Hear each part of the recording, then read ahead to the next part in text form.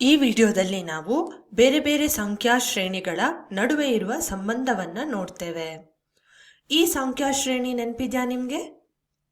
ಅದು ಸರಿ, ಇದು ಎಣಿಕೆ ಸಂಖ್ಯೆಗಳ ಶ್ರೇಣಿ. ಈ ಸಂಖ್ಯಾ ಶ್ರೇಣಿಯ ಬಗ್ಗೆ ಏನು ಹೇಳ್ತೀರಾ?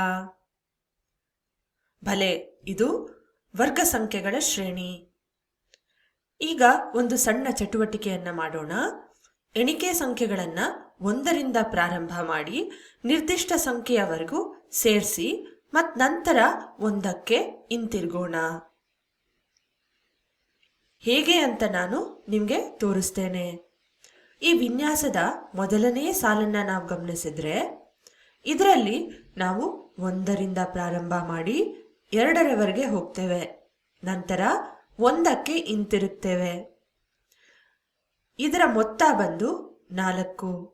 4 ಒಂದು ವರ್ಗ ಸಂಖ್ಯೆ. ಇದೇ ರೀತಿಯಲ್ಲಿ ವಿನ್ಯಾಸದ 2ನೇ ಸಾಲನ್ನ ನಾವು ನೋಡಿದ್ರೆ ಇದರಲ್ಲಿ 1ರಿಂದ ಪ್ರಾರಂಭ ಮಾಡಿ 3ರವರೆಗೆ ಹೋಗ್ತೇವೆ, ನಂತರ 1ಕ್ಕೆ ಹಿಂತಿರುಗ್ತೇವೆ. ಇದರ ಮೊತ್ತ ಬಂದು 9. 9 ಕೂಡ ಒಂದು ವರ್ಗ ಸಂಖ್ಯೆ.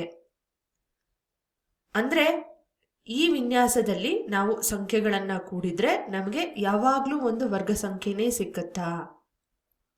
ಇದೇ ಪ್ರವೃತ್ತಿ ಮುಂದುವರಿಯುತ್ತಾ ಇಲ್ವಾ ಅಂತ ನಾವು ಚೆಕ್ ಮಾಡಬೇಕು ಅಂದ್ರೆ ಮುಂದಿನ 2 ಸಾಲುಗಳನ್ನ ನಾವೇ ಮಾಡಲಿಕ್ಕೆ ಪ್ರಯತ್ನ ಮಾಡಬೇಕು.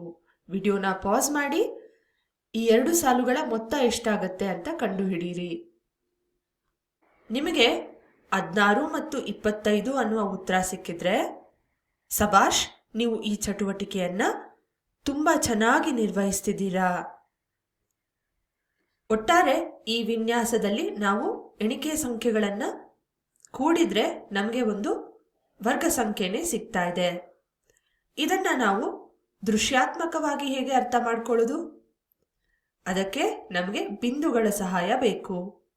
ಹಾಗಾಗಿ ನಾವು ಯಾವ ಸಂಖ್ಯೆಗಳನ್ನ ಕೂಡ್ತೇವೋ ಅಷ್ಟೇ ಸಂಖ್ಯೆಗಳ ಬಿಂದುಗಳನ್ನ ತಗೊಳ್ಳೋಣ.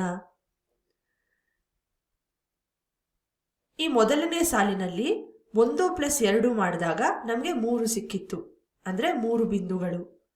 ಈ 3 ಬಿಂದುಗಳನ್ನ ಈ ರೀತಿ ಜೋಡಿಸಿದ ನಂತರ ನಮಗೆ ತಿಳಿಯೋದೇನು ಅಂದ್ರೆ ಇದನ್ನ ಒಂದು ವರ್ಗ ರೂಪಕ್ಕೆ ತರಲಿಕ್ಕೆ ನಮಗೆ ಮತ್ತೊಂದು ಬಿಂದುವಿನ ಅವಶ್ಯಕತೆ ಇದೆ ಅಂತ ಹೇಳಿ.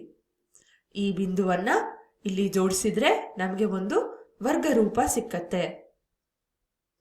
ಅದೇ ರೀತಿ ವಿನ್ಯಾಸದ 2ನೇ ಸಾಲನ್ನ ನೋಡಿದ್ರೆ 3ರವರೆಗೆ ಕೂಡಿದಾಗ ನಮಗೆ ಒಟ್ಟು 6 ಬಿಂದುಗಳು ಸಿಕ್ತು. ಅದನ್ನ ಈ ರೀತಿ ನಾವು ಜೋಡಿಸ್ಕೊಳ್ಬಹುದು. ಈಗ ಇದನ್ನ ಒಂದು ವರ್ಗ ರೂಪಕ್ಕೆ ತರಲಿಕ್ಕೆ ನಮಗೆ ಈ ನೀಲಿ ಮತ್ತು ಗುಲಾಬಿ ಬಣ್ಣದ ಬಿಂದುಗಳ ಪ್ರತಿಬಿಂಬ ಬೇಕಾಗಿದೆ. ಅಂದ್ರೆ ಈ 2 ಸಾಲುಗಳ ಪ್ರತಿಬಿಂಬವನ್ನ ನಾವು ಇಲ್ಲಿ ಜೋಡಿಸಿದ್ರೆ ನಮಗೆ ಒಂದು 9 ಬಿಂದುಗಳಿರುವ ವರ್ಗ ರೂಪ ಸಿಕ್ಕತ್ತೆ.